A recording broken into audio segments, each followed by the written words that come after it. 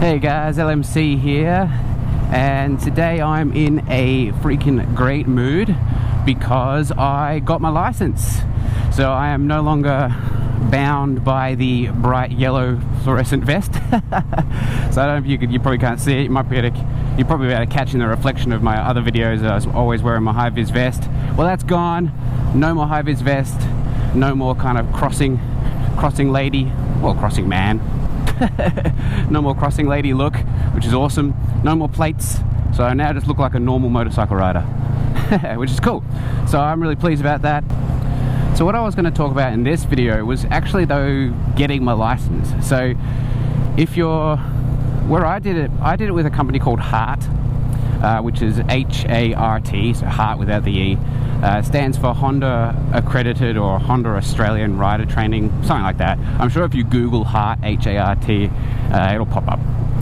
So that's where I did my license and my learners. So I did both of those things at the same place. I really enjoyed the learner course. I thought it was great, so I figured I'll just go back to them to do my license as well. Didn't see the point in changing anything. But I thought those two courses together were really fantastic for someone like me who's never ridden a bike before owning this one. So, because they really take you through all the different bits and pieces, they tell you about all the bad rider habits that you should be careful not to develop, etc. So I found them really, really useful. Each course is like 8 hours though, and they're quite expensive. So the license one and the learner one were both about a full day, and they both cost around like the $300 to $350 mark. So it is quite expensive, but I really think it's money well spent, because the way it works is that the actual testing or assessment components of both of those days, so the testing you need to do for the learner's permit and the testing you need to do for the license, they're both only like the last hour of each of their respective full days. So apart from the assessments, you're there for like 6 or 7 hours and they're just teaching you stuff. So they just go through all these different bits and pieces and take you through shifting. Well, you let the learner's course, they take you through shifting and bike control and all that kind of stuff. And then when you go and you do the license test, they take you through more advanced stuff. And I thought that was really valuable. For the license test, I thought the most valuable thing was actually breaking down some mental barriers. So, you know, for me, while I've been riding around on my learner's permit, of course, the typical thing that I've been afraid of is leaning the bike over. And when I got to do the license test, they wouldn't let me use my bike. They only let you use their the bikes they've got there for you on the day.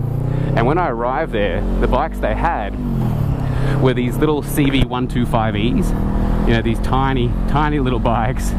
And I looked at it and thought, oh, that's going to be horrible, because they're really small and not very planted, and they had these tiny little pizza cutter wheels with pizza cutter tires.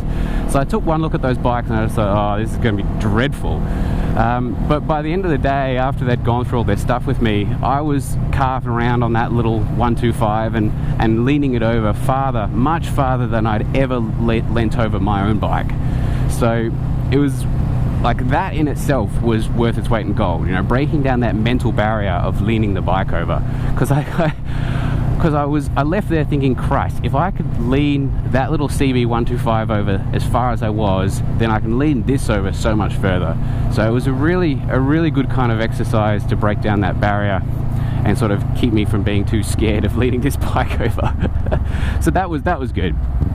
Then other things they teach you, you know, they teach you emergency stops and blah, blah, blah. They teach you all these good things, and I just think it's really valuable. So, if you're out there and you're like me and you've never ridden a bike before and you think you're taking it up, I really can't recommend those kind of day course style things highly enough. I think they're really good, really good value for money. And you do all your testing and they give you all the license there. So it's just, you know, you just pay your money, you turn up for a day, and as long as you're sensible and you don't kind of do anything silly, then you're gonna leave both days with your learner's permit and then with your license. It's really not that difficult, and it's really good. Anyway, so now that I've got that out of my system, what I'm basically gonna go do now is I'm going to celebrate by ordering myself a Bluetooth communication device. So on my learner's permit I wasn't allowed one, which is a shame. But yeah, here in Victoria, it's kind of strange. You can't have a Bluetooth communication device on your learner's permit, but you can have a GoPro. Or maybe it's one of those things where the GoPro is just not clearly illegal the same way that a Bluetooth communication device is. but it definitely says on the documentation that, you know, while you're a learner, you can't have any Bluetooth music or communication device.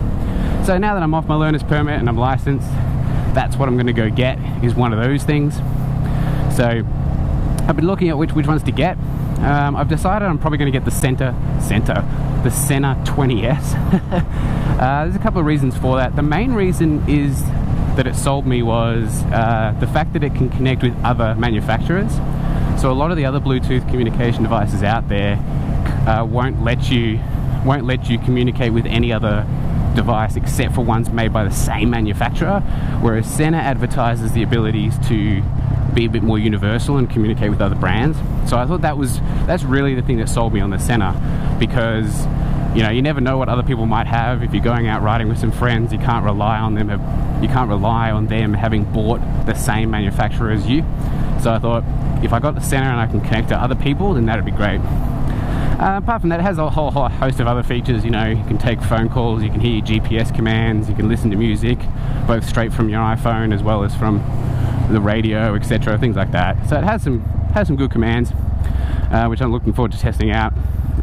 So when I get that, I'll probably bring you guys a video on it and tell you what I think, do a bit of a review on it.